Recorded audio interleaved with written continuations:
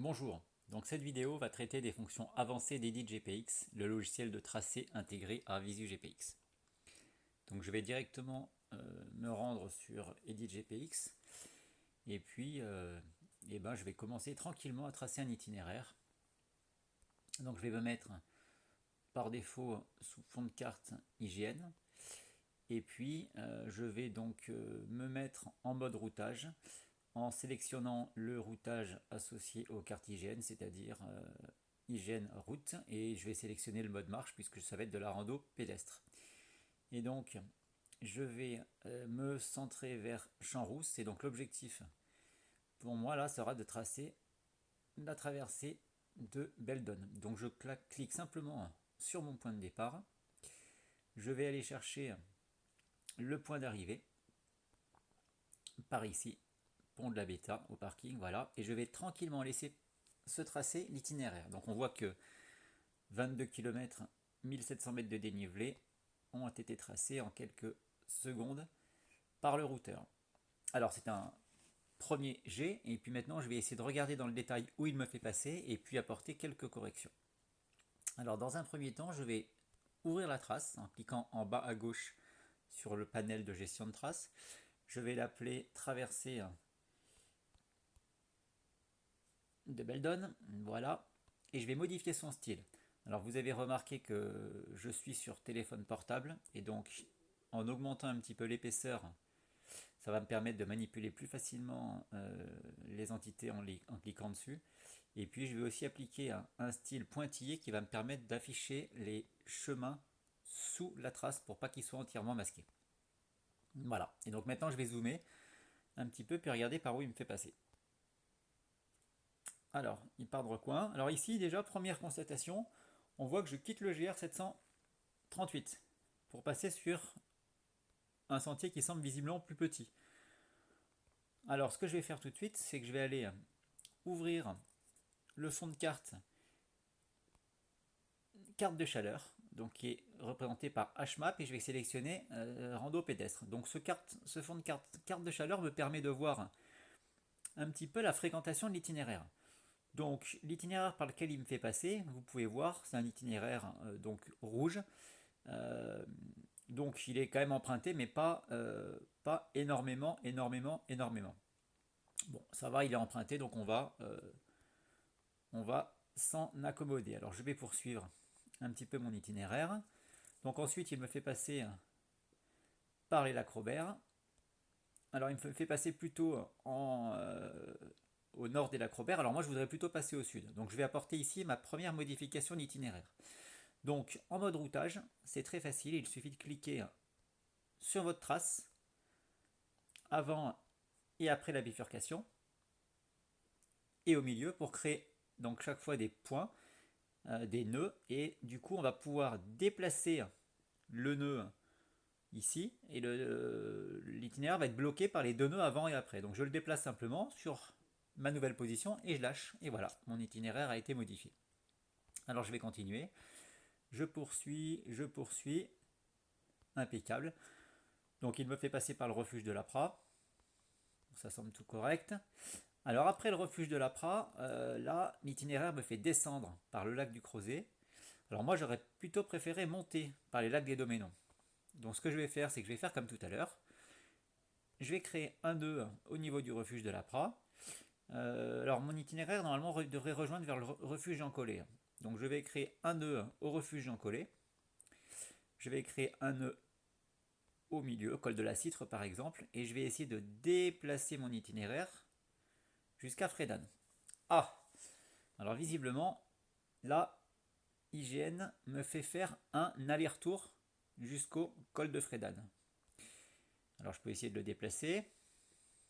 Ici, alors vous voyez que ici, il me fait faire un aller-retour en passant par derrière. Donc globalement, on voit que la partie du col de Frédane n'est pas routable sur l'IGN. Donc ça, c'est un petit peu embêtant.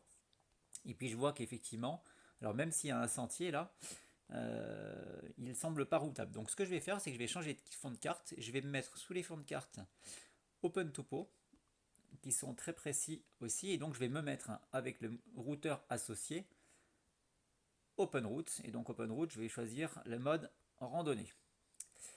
Et donc, cette fois-ci, si je déplace mon itinéraire n'importe où là, voilà. Donc cette fois-ci, l'itinéraire devient routable. Et donc on voit que depuis le refuge de la Pra, j'ai été dévié, dévié, et me fait passer directement ici au col de Frédane. Alors je vais encore regarder une nouvelle fois sous les cartes de chaleur, voilà, pour voir si l'itinéraire qui me propose est fréquenté. Alors il est fréquenté moins que celui qui passe par le glacier. Alors je vais regarder à quoi ça ressemble en réalité. Et pour ça, je vais utiliser une nouvelle fonction qui est la fonction ici Google Street View. Donc je clique sur le petit bonhomme et je clique à peu près à l'endroit qui m'intéresse de regarder. Donc je vais regarder par ici. Donc je clique sur la carte. Donc je tombe sur Google et là pour l'instant il ne me propose rien par défaut.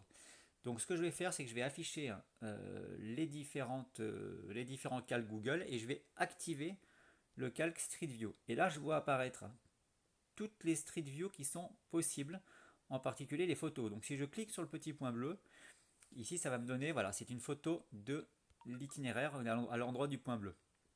Donc voilà à quoi va ressembler ma montée directe au col de Frédane. Bon, et ben ça va l'air de se faire. Il n'y a pas de difficulté. Alors à cette période, il risque d'y avoir encore aussi un peu de neige. Mais c'est parfait. Donc je peux revenir du coup, désactiver Google Street View.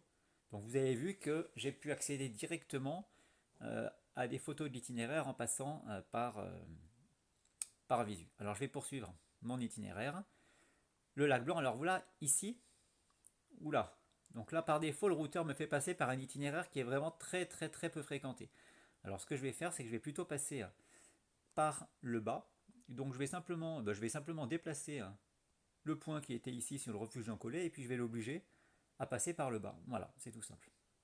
Ensuite, pareil, il me fait passer par le bas, j'aurais aimé préférer passer par le haut. Donc ce que je vais faire, c'est que je vais rajouter un point. Alors non, là j'ai pas cliqué sur ma trace, donc il me l'a rallongé. Je vais bien cliquer sur ma trace, voilà. Je vais rajouter un point et je vais le déplacer simplement ici, comme ça il va me faire passer par le haut. Donc il me fait passer par le haut par des itinéraires qui sont très très très fréquentés, pas de problème. Et, et j'arrive à mon point final. Voilà, voilà. Donc je peux analyser du coup mon profil. Alors mon profil que je peux déplacer aussi. Alors là, je vois qu'il est légèrement écrêté au niveau du deuxième col, qui est le col ici, qui est le col de Frédane, qui est normalement plus élevé. On voit qu'il y a un petit plat sur le profil. Donc ce que je vais faire, c'est que je vais rééchantillonner toutes les altitudes en cliquant sur les options ici, en sélectionnant la base alti numéro 2 et en faisant recaler les altitudes. Donc là, il recalcule toutes les altitudes et effectivement, on voit que les altitudes ont été recalculées au niveau du col de Frédane. C'est mieux que tout à l'heure. Voilà. Qu'est-ce que j'avais à vous montrer d'autre? Eh bien, je crois que c'était tout pour aujourd'hui. Une fois que ma trace est prête, je peux l'enregistrer, l'afficher sur Visu GPX. Voilà. Donc la trace est affichée. Je vais pouvoir maintenant l'enregistrer. Alors, le titre est conservé. Activité randonnée pédestre. Je peux la mettre en mode caché si je ne veux pas la partager. Et j'ai simplement à enregistrer. Ma trace est validée.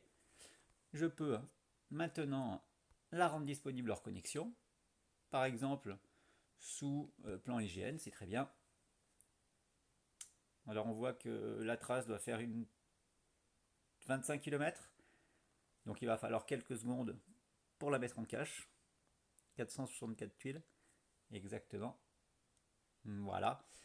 Et je retrouve maintenant ma trace dans mes traces disponibles hors connexion.